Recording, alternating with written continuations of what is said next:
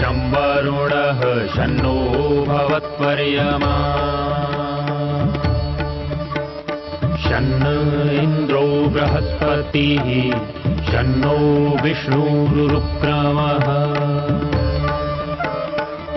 ॐ शान्ति शान्ति शान्तिः।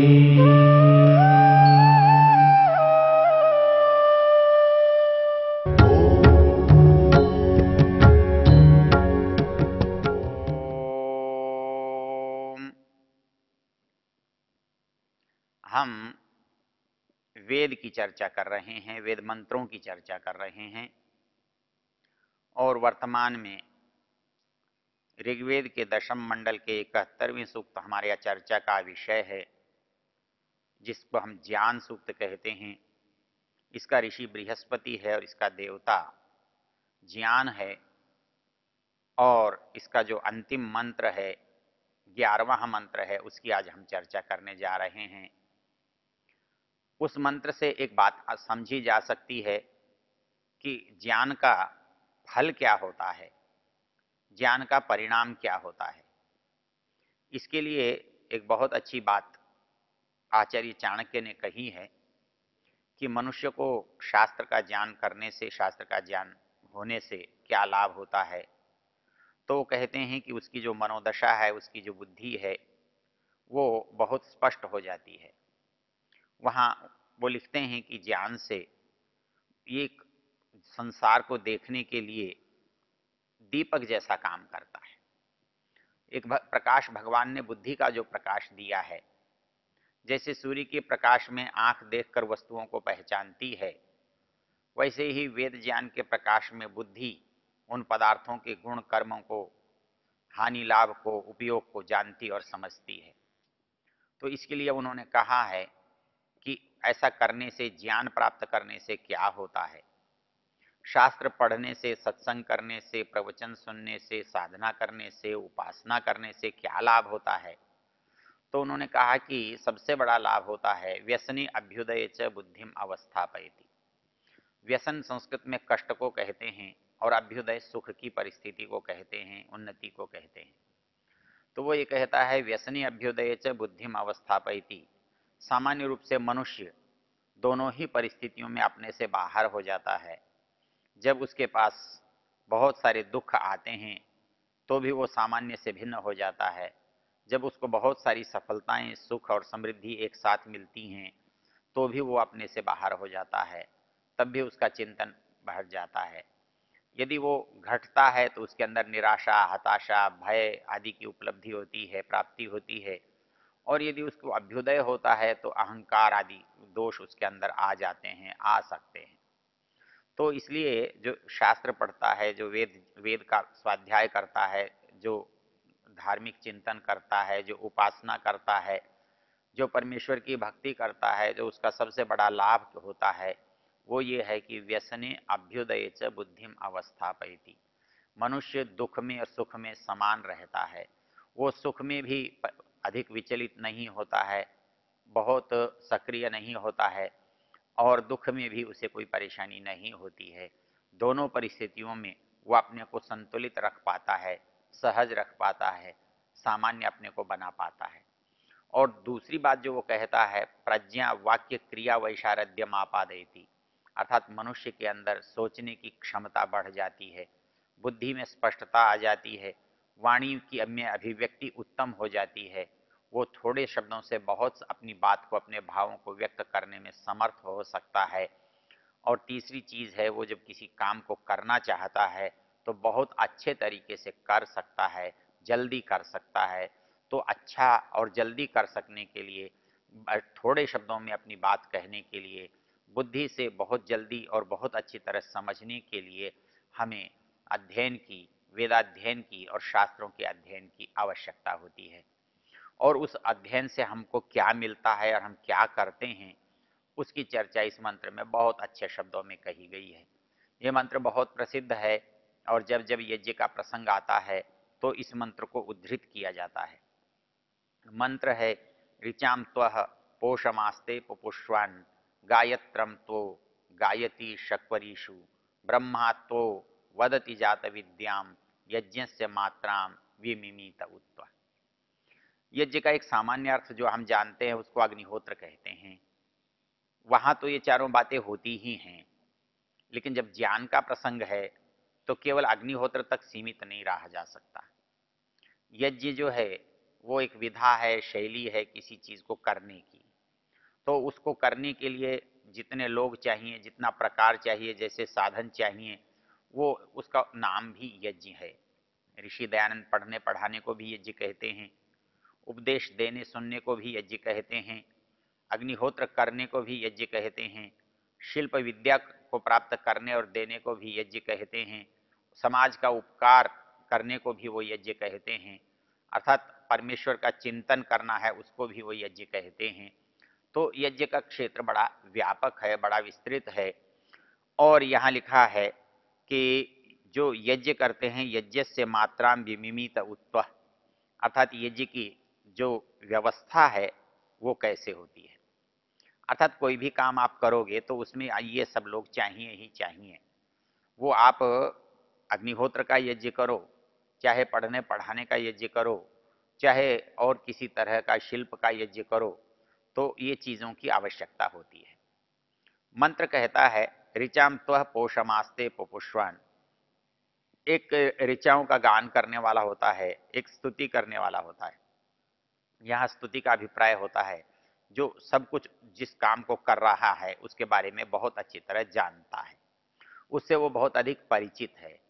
तो वो जो परिचय है उसको जानना जो है ये ऋग्वेद है, अर्थात संसार की उपयोगिता को समझना, संसार की वस्तुओं का उपयोग कर सकना, उसका सामर्थ्य पैदा करना, मान लीजिए कि यह ऋग्वेद है। ऋचाम त्वः पोषमास्ते पुपुष्वान, अर्थात अपने ज्ञान से, उन ऋचाओं से, ज्ञान देने वाली ऋचाओं से इस यज्ञ की कोई पुष्टि करता हुआ होता है, अर्थात उस ज्ञान को और आगे बढ़ाता हुआ होता है। पुष्पान गायत्रम तो गायती शक्वरीषु, और दूसरा जो है वो गायत्री छंदों में शक्वरियों का, ऋचाओं का गान करता है। तो उसलिए क्या करता है कि उनसे वो सुरक्षा पाता है, उनसे वो दुखों से बचने का उपाय जानता है, और उनके द्वारा वो अपने अंदर जो सुख और समृद्धि और लाभ और पुण्य है उसको बढ़ाता और प्राप्त करता है। तो मंत्र ने कहा कि गायत्रम तो गायती शक्वरीषु ब्रह्मा तो वदति जात विद्याम। एक ब्रह्मा होता है किसी भी काम को करने वाला, अर्थात निर्देश देने वाला, वो उस काम का निरीक्षण करने वाला, काम के अच्छे बुरे की पहचान जानने वाला। वो जो ब्रह्मा कहलाता है वो क्या करता है, वो इन सब को जानता है। जात विद्याम, जात जो पैदा हुआ है उसको जो जानने वाला है उसको जातवेदा कहा है। तो जातवेदा का अर्थ है जाते जाते विद्यते, जो प्रत्येक पदार्थ में विद्यमान है या प्रत्येक पदार्थ को जानता है। तो यहाँ पर ब्रह्मा को जात वेद कहा गया है, अर्थात यज्ञ कोई आप करने जा रहे हैं और उसका जो अधिष्ठाता है, जिसकी व्यवस्था है, उसको सब तरह की जानकारी होनी चाहिए, सब तरह का ज्ञान होना चाहिए, तभी वो उस काम को अच्छी तरह से संपन्न कर सकता है। इसीलिए यज्ञ में जिसको ब्रह्मा बनाया जाता है या जिसे हम ब्रह्मा कहते हैं, वो हम लोगों में जो सबसे श्रेष्ठ होता है, जो सबसे बड़ा होता है, जो सबसे अधिक जानकार होता है, जो उस बात को समझ सकता है, जो उस काम के लिए गलत होने पर रोक सकता है, अच्छाई के लिए जो निर्देश दे सकता है, ऐसा जो व्यक्ति होता है उसको हम अपने कार्य का, अपने कार्य रूप यज्ञ का, अग्निहोत्र का ब्रह्मा बनाते हैं।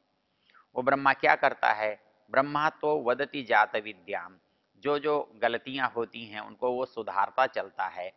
वो जो नए नए काम करने हैं उसका वो अपने ज्ञान से निर्देश देता चलता है, उसको हम ब्रह्मा कहते हैं। उसके निर्देश में हम काम करते हैं, उसके निर्देश में हम चलते हैं। ब्रह्मा तो वदति जात विद्याम यज्ञस्य मात्राम विविमीत उत्व। बाकी जो एक होता है वो यज्ञ के लिए जो आवश्यक वस्तुएं हैं उसकी जो व्यवस्था है, जो उस व्यवस्था को यदि न किया जाए तो यज्ञ की आयोजना संभव नहीं है। वो उसको आसन भी देना होगा, उसको समिधा भी देनी होगी, उसको घी सामग्री भी देनी होगी, उसके लिए व्यवस्था जुटानी भी होगी, कौन सी चीज कैसे और कहाँ से आएगी ये उसको पता होगा, किसको कौन सी आवश्यकता कब होगी ये उसे पता होगा। तो ऐसी स्थिति में जो उस चीज को जानता है उसे हम कहते हैं जो कि अथर्व का जानने वाला है, उस वेद का परिचित है जो उस काम को संपन्न करता है। हम यज्ञ में इस मंत्र के आधार पर 4 व्यक्तियों का चयन करते हैं। उनमें एक को ब्रह्मा कहते हैं, दूसरे को होता कहते हैं, तीसरे को उद्गाता कहते हैं और चौथे को अध्वर्यु कहते हैं। वो कहता है कि जो ब्रह्मा होता है वो यज्ञ का अधिष्ठाता होता है, व्यवस्थापक शिरोमणि होता है, मार्गदर्शक होता है, विशेषज्ञ होता है। जैसे किसी काम को करते हुए हम विशेषज्ञ की सेवाएं लेते हैं, हम उसके निरीक्षण में करते हैं, उसके मार्गदर्शन में करते हैं, वो जैसा बताता है वैसा वैसा करते जाते हैं। तो ये कहता है कि जो पहला होता है, जो इस काम का मार्गदर्शक होता है, उसे हम ब्रह्मा कहते हैं। उसके बाद जो दूसरा होता है, जो उस काम को बताता रहता है, करता रहता है, हो रहा होता है, वो ये बात जिससे पता लगती है वो उद्गाता है। वो यज्ञ के अंदर होने वाली आहुतियों को, दिए जाने वाले आहुतियों के लिए जो मंत्र पढ़े जाते हैं, उन मंत्रों का वो उच्च स्वर से गायन करता है। अर्थात जब कोई काम हम कर रहे हैं तो करते हुए वो काम ठीक हो, इस काम को समय समय पर जो बताता चलता है, जो निर्देश दे रहा है, वो हमारे यहाँ उद्गाता है, ऊंचे स्वर से गान कर रहा है, ऊंचे स्वर से परमेश्वर की महिमा को बता रहा है, ऊंचे स्वर से यज्ञ के अभिप्राय को समझा रहा है और उसके गान के अनुसार ही हमारी क्रियाएं चल रही हैं। तो इसलिए वो उद्गाता हमारे रास्ते को बताने वाला होता है। और उसके बाद जो हमारे पास आता है होता। होता सामान्य रूप से यजमान होता है जो आहुति देता है। हु दाना अदनय हो आदाने चेत्य की, अर्थात जो लेता है, देता है, ऐसा काम करने वाले व्यक्ति को हम होता कहते हैं। अर्थात जो यज्ञ के अंदर उपस्थित होकर के आहुतियां डाल रहा है, वो यज्ञ के अंदर होता कहलाता है। तो वो होता जो होता है उसको हम कर्म करने में जो निरंतर लगा हुआ है, वो जिसका जो यजमान है, जो अपनी घी, अपनी सामग्री, अपनी साधनों से यज्ञ कर रहा है, उस यज्ञ को संपन्न वो किसी से करवा रहा है, सहायता किसी की ले रहा है, व्यवस्थापक वो किसी को बना रहा है, लेकिन आहुति वो स्वयं डाल रहा है। अर्थात अपनी आहुतियां उस यज्ञ कुंड में डाल करके अपने जो मनोरथ हैं उनको वो पूर्ण करने के लिए प्रयत्न कर रहा है। वो होता है, अर्थात जो बलिदान दिए बिना प्राप्त नहीं कर सकता, प्राप्त करने के लिए अपनी आहुति देनी पड़ती है। चाहे वो वस्तु की दो, चाहे धन की दो, चाहे शरीर की दो, आत्मा की दो, समय की दो, अपनी इच्छाओं की दो, आपको आहुति तो देनी ही पड़ेगी। क्योंकि जब आप खेती करते हैं तो बीज तो डालना ही पड़ेगा। जब बीज डालेंगे तो वो बीज विकसित होकर, फलित, पुष्पित, पल्लवित होकर बहुत अधिक मात्रा में आपको दोबारा प्राप्त होगा। वैसे ही हमारा जो बलिदान है, हमारे जो समय का योगदान है, हमारे धन का योगदान है, हमारे साधनों का योगदान है, वो जब किसी काम में लग जाता है, वो किसी खेत में बो दिया जाता है, वो किसी के हृदय में रख दिया जाता है, तब वह अनेक गुना होकर के प्रकट होता है, प्रकाशित होता है। तो यहाँ कहा वो होता है जो अपनी आहुति देता है और आहुति को अनेक फल रूप बीजों में बदल देता है। कहा गया कि वो जो है ऋचाम तो पोषमास्ते पुष्पान गायत्रम तो गायती शक्वरीषु, कहता है शक्वरी छंदों में शक्वरी ऋचाओं को गायत्री के रूप में गाता है।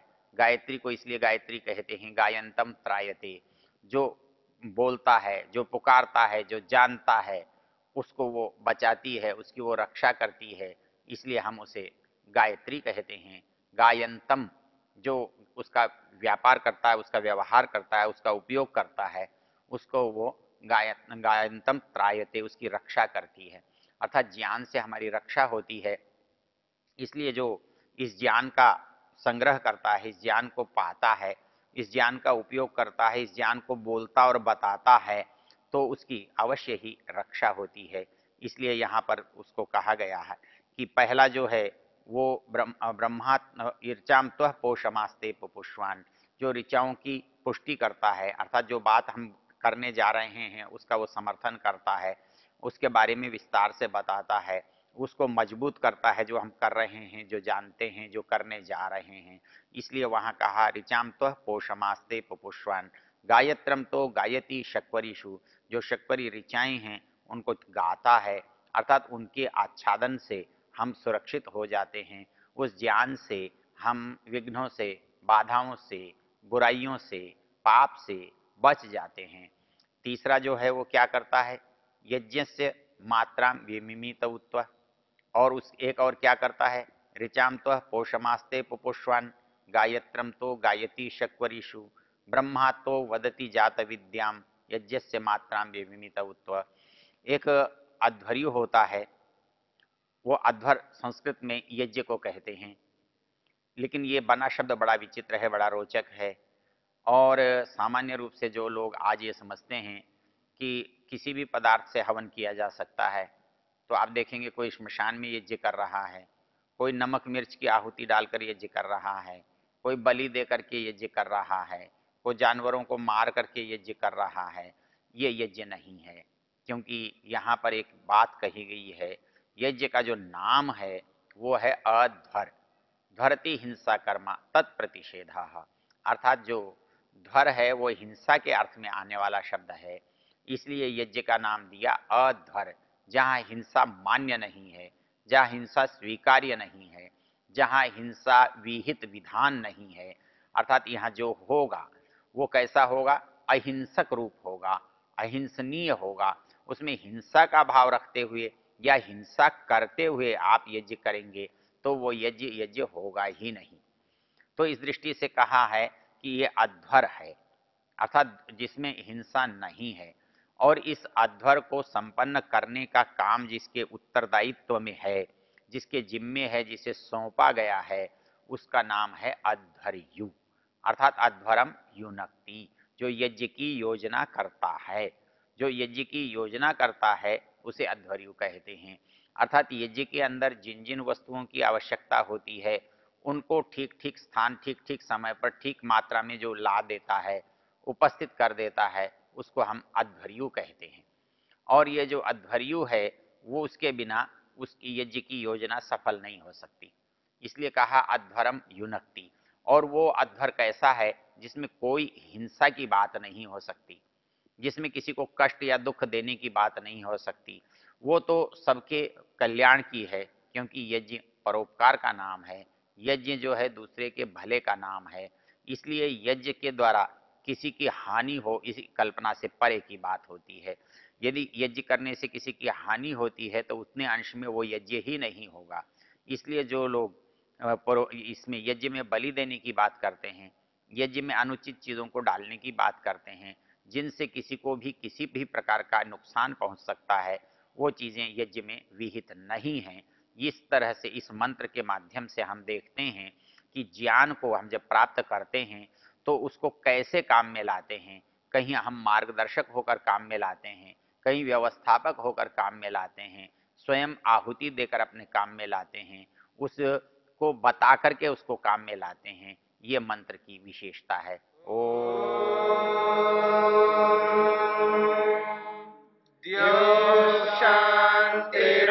शांतिरंतरिक्षं शांति पृथिवी शांतिरापः शांतिरोषधयः